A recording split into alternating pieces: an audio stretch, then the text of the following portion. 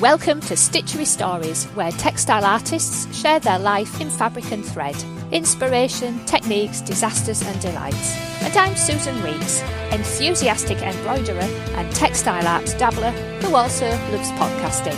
So take a break and enjoy our light-hearted chat, and please share with your friends so they can enjoy it too.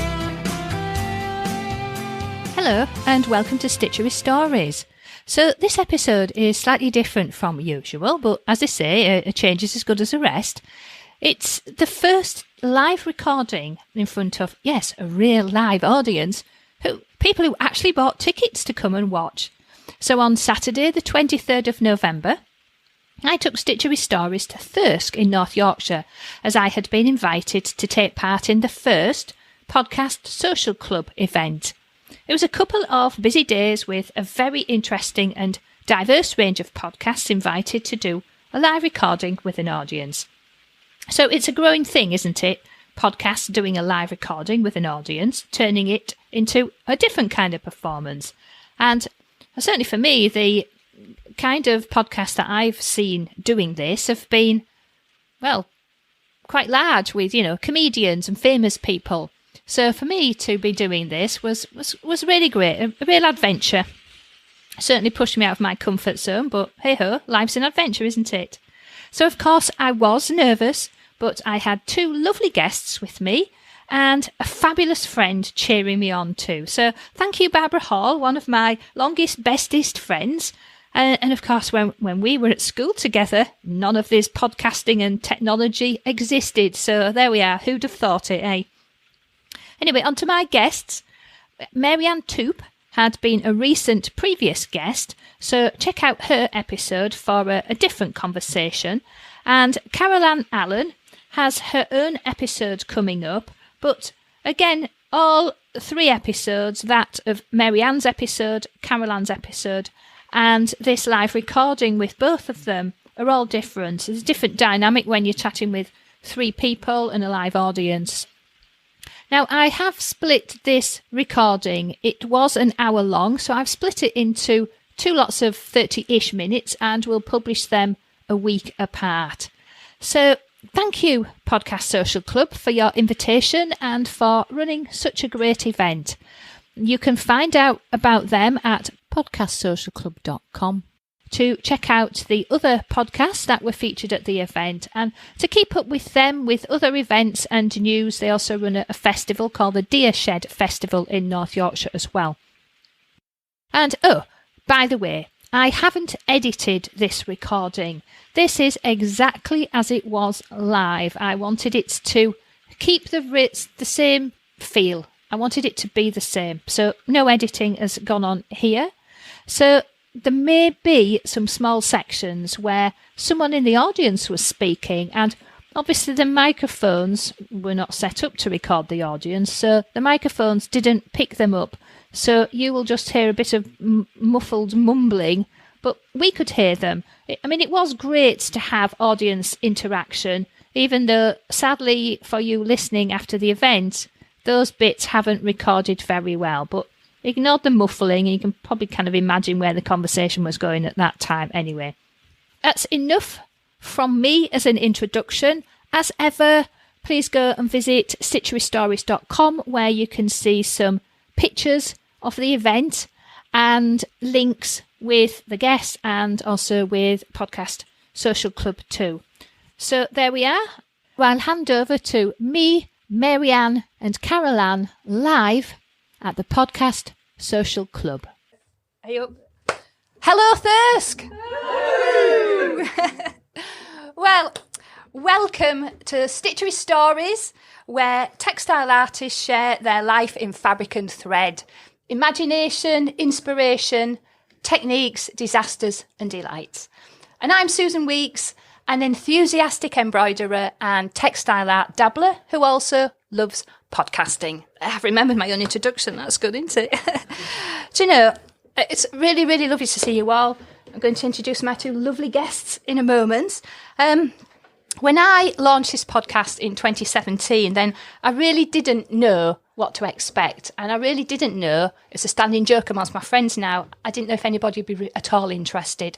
I started with 3 guests who were friends from Yorkshire and a few textile friends from Yorkshire. And within a couple of months, I had listeners from all around the world. So for me, this has been an absolute adventure, really has. And to be quite honest, to think that I've got nearly now 100,000 downloads, so that's nearly 100,000 times somebody sat there and pressed go to listen to me chatting with textile artists. So that just blows me away. So, somebody said to me, well, Sue, that's like filling Wembley a couple of times. So, but here we are in the little room in Thirsk. So, embroidery is my hobby, textile art is my hobby. And I was just wondering before we start, has anybody actually listened to Stitchery stories before? Yes, Barbara has. Well done, my plant in the corner there. So, excellent. So we've got some new listeners then. So what sort of stitching or craft do you all enjoy?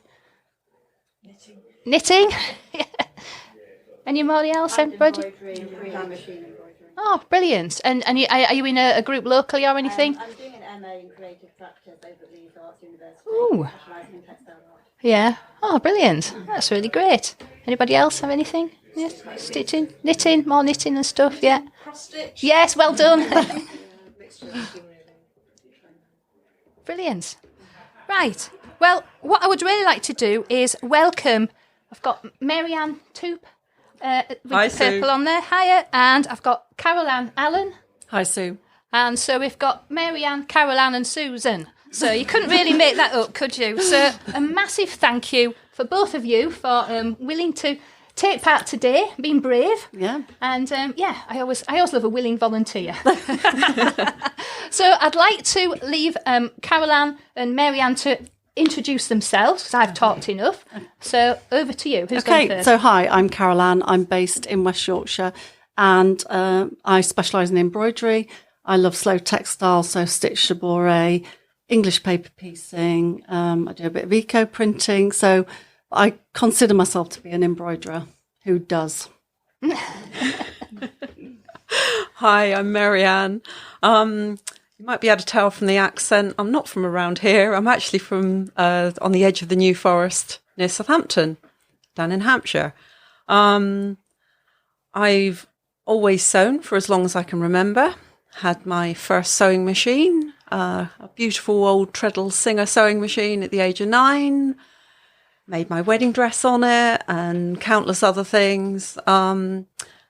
Worked full-time in civil engineering for the best part of 30 years, but left that career behind me a few years ago. And now I fill my days, most days, playing with fabric. Wonderful. Brilliant. Right, look, I can put that one away now. So I've got some notes because otherwise, I don't want to go rambling off too much. So now, excuse me as well, I've got a cold.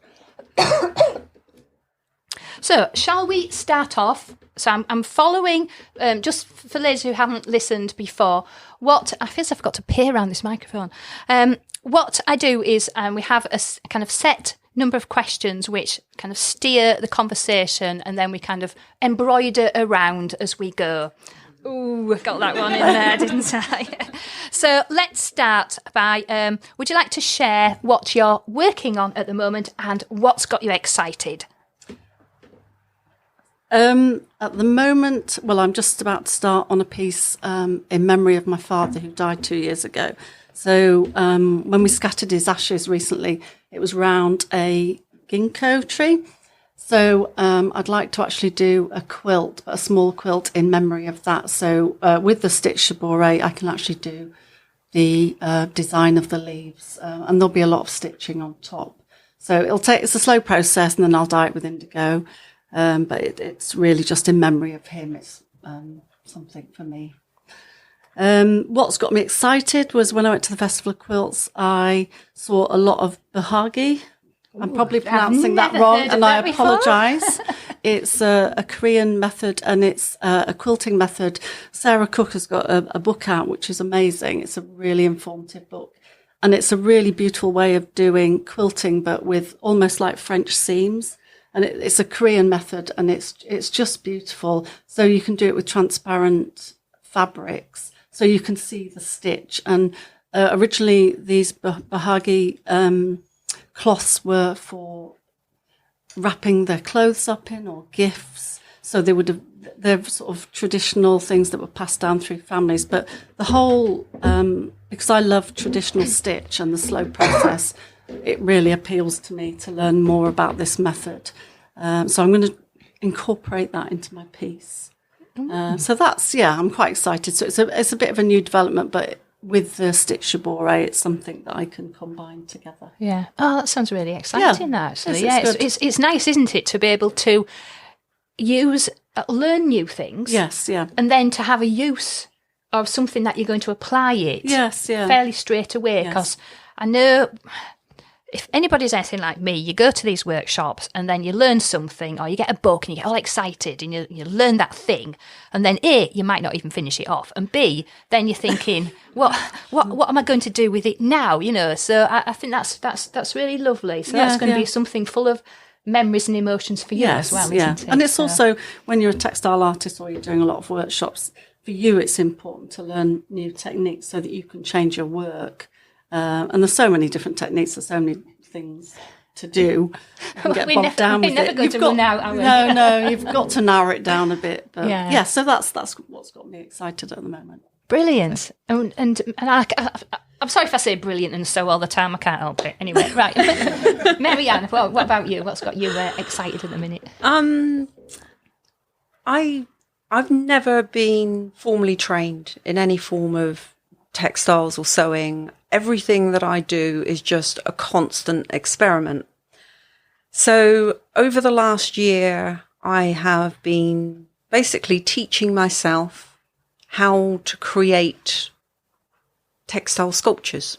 So, and having learned how to basically put one of my fantasy creatures together, I've kind of got a bee in my bonnet that I wanted to actually make them move. So I've just completed my first ever dragon automaton. So literally I turn the handle and the brass work that I've got. So I've ventured out into working with metal, brass and copper to actually make a mechanism that works, which has all been a huge learning curve. Very exciting. Every time I light up the blowtorch or get the soldering out,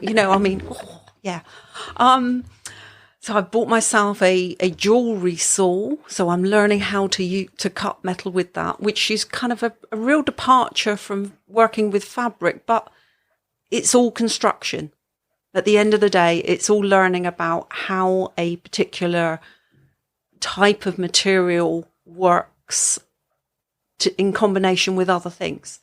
So the metalwork side of things it's almost like an extension of the sewing. And so I can see how excited you are about that. I love it. And do you know Absolutely what I was going to say, and I forgot. So on there, you've got millions of links, right? But does any of you use Instagram? Yeah. So we're all on Instagram, but Maryanne's been posting pictures of the work that she's been doing, and she's actually really good at posting a lot of times. Well, and her dragon is just brilliant. It's really great. I couldn't bring him with me today. It was too long a journey. I've brought a couple of other pieces with me for you to see, so you get an idea of the kind of thing that I do. But every day for me is just a constant experiment. So my latest creation is just a very simple little dragon. This one won't move, but he will be hung on my Christmas tree. I just decided that I wanted some. I mean, it's ironic. How dare John Lewis pinch my green dragon idea? No, so yeah, I'm just having a little bit of fun with silk and chiffon and making yet another little creature come to life. And for me, it's also all about the kind of personality that I envisage each of my creatures having as I'm making them. I feel like their personality comes to life as they do. So, yeah. So that's what I'm working on. That's what's got me excited. Brilliant. Well, I can tell you're excited about that. Yours got a really great thing as well.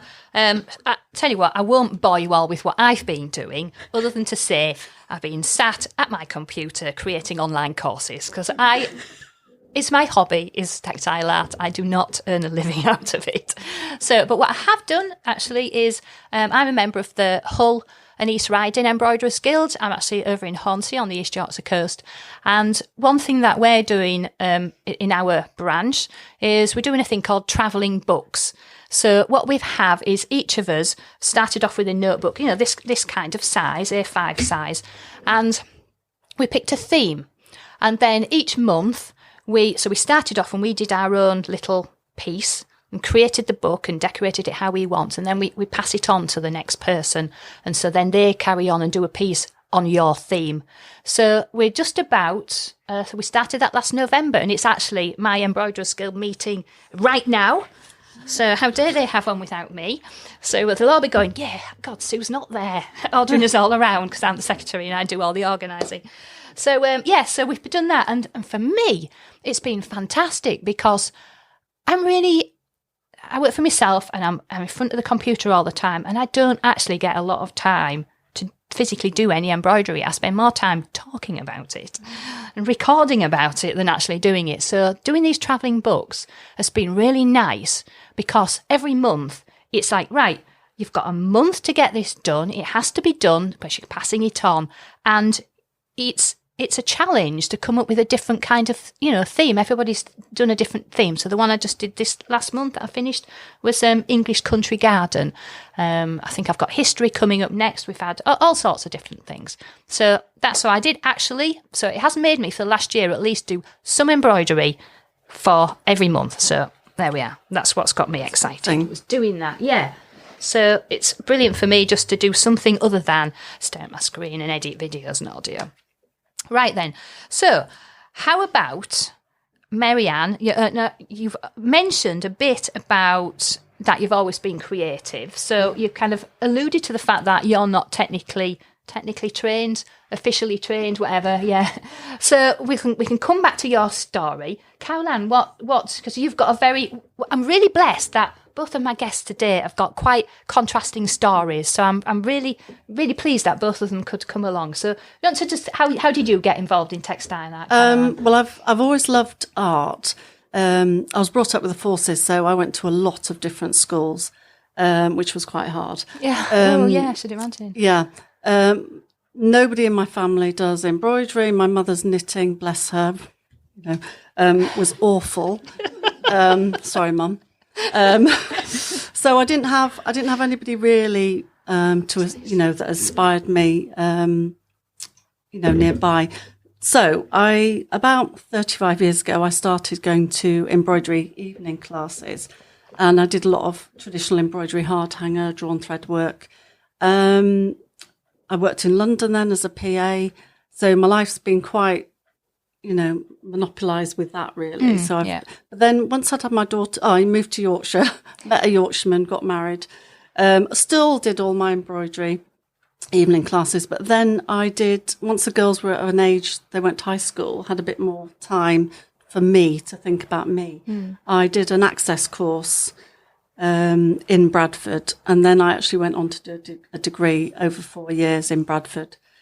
After I did my degree, which was in contemporary surface pattern design, and I specialised in embroidery and print fabric. But I also did bookbinding and typography, which I really loved. Oh, that sounds brilliant. Then you leave uni and you realise you haven't got a print room and you haven't got any typography. But anyway, back to the embroidery. But then I actually went to work for a knitting company for 6 years, and I did I designed their shade book, all digitally, and I did all their marketing for magazine editorial. So not creative in any way from that point of view, but I was a member of the Embroiderers Guild for a while. But then I got interested in quilting. So then after 6 years, I'd had enough of the knitting company. It just wasn't creative enough for me. And then I was, a good friend of mine is Dionne Swift, and she was doing a project with the military wives at Rural Arts. She was lead artist, and she'd been doing it 3 years and wanted somebody else to come on board. So I came on board for the last year, and we worked, those who live locally may be aware of the project. So we worked at Catterick, Dishforth and Topcliffe. Right. So that was an amazing, amazing project, which resulted in an exhibition at the Greenhouse Museum. And before I forget, then Dionne was one of my very early guests, actually, about number 5 or 6 or something. I collared her very early on. And it was about that time, I think she was looking for somebody, or you just started, something along the lines. So it's funny how all these things kind of are all woven together. Let's get another is it a metaphor or a simile in there anyway, whatever. So Dionne did her episode very, very early on. So if you want to go back and listen about Dionne, and we'll come back on your Military Wives project, because I found that really interesting as well. So that's interesting as well, how, in fact, both of you have kind of done other things. You've had the creativity running along in the background, and then have sort of right, do you know what? It's time for me now to do something along those lines. Yeah. And that's a theme that has come across quite strongly in quite a lot of other guests that I've spoken to as well. Maybe it's just because I finish up talking to ladies of a similar age, and you get to a point where you just think, do you know what? That's it, my time now, isn't it? Yes. You've got the kids a bit more independent and time to do something. And I have to say, my background is I started off at Nissan as a computer programmer, right? So 30 many years ago. So I'm totally a bit like Maryanne, actually, with her engineering side of things. I'm an out-and-out techie, but I have this creative streak. And in fact, actually, I always thought there were two different things. But even computer programming is very, very creative. It's creative in a different way because you're solving problems and you're trying to think of different things. And so for a long time, I used to kind of pretend that I didn't do embroidery. God, you can't say in a car factory that you do embroidery, can you? No, everyone runs away. All the blokes just go, start talking about football. So I think the creativity that runs through, and I am often, I didn't know about you doing your degree kind of later. So when we go to the knitting stitching show, I purposely now avoid all of the colleges, because the degrees and things, I think I'd really like to do that, but it's still do it. I know, don't tempt me. I wasn't the oldest on the course. It was a very mixed age group. I've got a 15-year-old. I've still got to feed him at the moment. So if it was just down to me and I had to starve, never mind, I'd get thinner, wouldn't it? Right. So that's really great story there about how you've both done that, and so Maryanne, you've been very much teaching yourself. You were saying so. I have. I mean, approach. It's absolutely fascinating listening about the discussions about degrees. For as long as I can remember, I've had that burning ambition to actually go to art university and get a degree, and I can't. It's the bottom line. I looked into it all, and unfortunately the funding side of things, because I've got qualifications in civil engineering, and once you've got qualifications to a certain level, that's it. There's no student funding available. You can't do it. I didn't realise that. That's me scuppered as well, isn't it? So having discovered this, I was absolutely gutted, but I turned it around, and I literally spent 3 years putting myself through what I'd consider to be my own homegrown degree. That culminated last year. I made a phoenix, a huge feathered, multicoloured phoenix, and I used her to generate money for the tsunami appeal. Raised over £600, which was just absolutely fabulous. But when I finished her, I really felt as though she was my final project, my degree project. Once I'd finished her, that was it. I felt like I was then prepared to go out and face the world and actually say to people, okay, time to put my big girl pants on. Let's start calling yourself an artist. So I haven't got a degree, but I kind of feel like I have. That's good. Yeah. And I love the fact that it was a phoenix. Yeah. You know, Yeah, it's that it's kind of so appropriate. let's brilliant. Rise out of not the ashes, but obviously phoenix do. But you know, it's just like it's another metaphor or simile about like rebirth, isn't it? Really, and starting again. That's brilliant. And then you were saying you're doing an MA, so yeah. I've had a different experience because I Right. got funding to do an MA, and Wow. I got a loan to do an access course, and I've had a loan to do an MA, and before that I had a degree in something completely different. Ah, so I wonder if it's like area specific then. Different areas. Yeah. I did mine before the fees went Yeah. up. Ah, right. Okay. So I don't know if that's what I've got it through the student finance. Yeah. In that case, I might well go back and I think have it might be another worth look. having another look, Yeah. Although you've Thank got you. one as well. I have.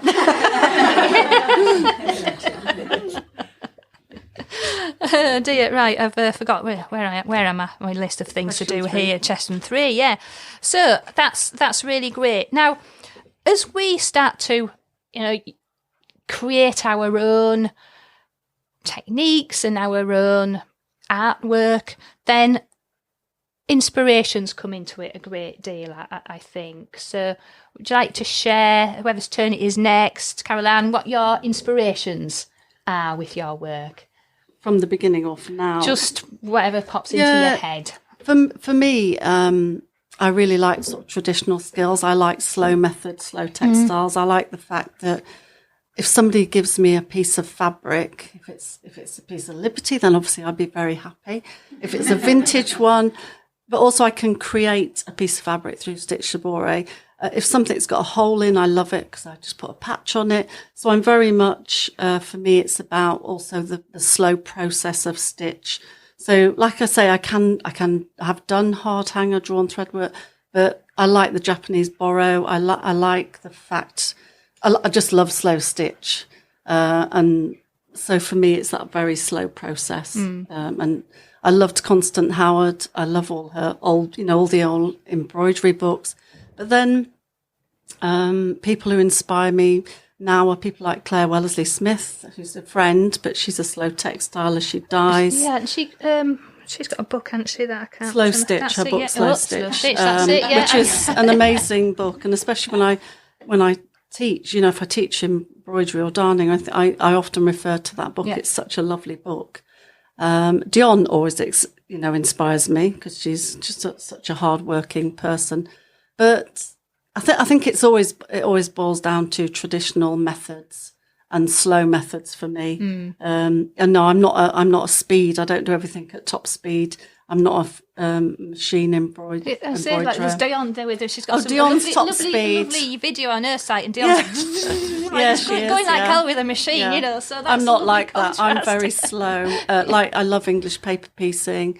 I love it's making fabric out of other fabric or designing out of So for me that's very important. That slow method. It also gives you terrible shoulders. You have to watch your posture all the time. It's shocking, but I and if I could find a piece of fabric in a shop or a charity shop, and I think, where's that from, and I can incorporate it into something, then I'm a happy the fabric woman. As well can be inspiring. Fabric's very important. Yes, absolutely. Either making it from a piece of and stitching into it and dyeing it, or actually finding a nice old piece of fabric. Right. Yeah. Maryanne, inspirations. What inspires you? Oh my goodness. Okay, so I mentioned that I left my career several years ago, and that was predominantly because I was very ill.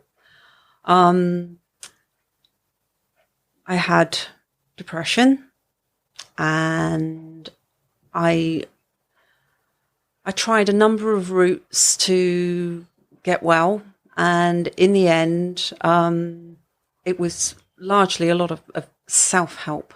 A friend gave me a book called The Artist's Way by Julia Cameron, and I started using that and practicing being creative every day, irrespective of what the end result was. It really didn't matter. And that was quite a journey. Very difficult to explain, but anyway, I'm well now, thank goodness. But in terms of inspiration, I suppose where I was going to with that, what I did do a lot of was meditation. And then one day I found myself in a beautiful place in my head that was complete fantasy land. And this dragon appeared. Beautiful, great big blue dragon. And I was stood next to her. I could feel her heartbeat through her skin. And yeah, just transported me. So I set about making a dragon, and I called her Concordia because Concordia is Latin for harmony. And that was what I was after. I wanted harmony in my life. Now we see. I didn't know that. Yeah. The things I learn. So when it comes to inspiration, a lot of the time I don't need to actually look any further than inside my own head. I think that because I've made a number of wedding dresses for myself, friends, family, I am naturally drawn to all the silks, the chiffons, the lovely sparkly beautiful things. Embroideries and laces and things. Not that I tend to use lace very much in my work at all, as yet. I may do, I don't know. So there's something about picking up an old piece of fabric. I live very close to a scrap store. And I am blessed to have this place right on my doorstep. It's a 5-minute walk away. And I can literally go in there, and it's like losing yourself in a bookshop. You know, you get totally immersed in just rummaging through all these cast off old pieces of fabric that nobody else wants. And it really doesn't matter what it is. I can pick something up. It might be a half-made waistcoat or something, but if it's made of a beautiful piece of fabric, my head instantly imagines the creature that it could become. Right. So yeah, I've got a slightly strange brain, I think. That sounds a good brain. Yeah. Well, sounds a happy brain. Yeah, absolutely. And so again, the fabric can be that spark of inspiration. Yeah. And it's very true what you were saying there, Maryanne, about it's inside. You have everything that you need inside of you. And I think quite often these days, everyone's rushing around and always looking for that thing. You know, the people running an online business, for example.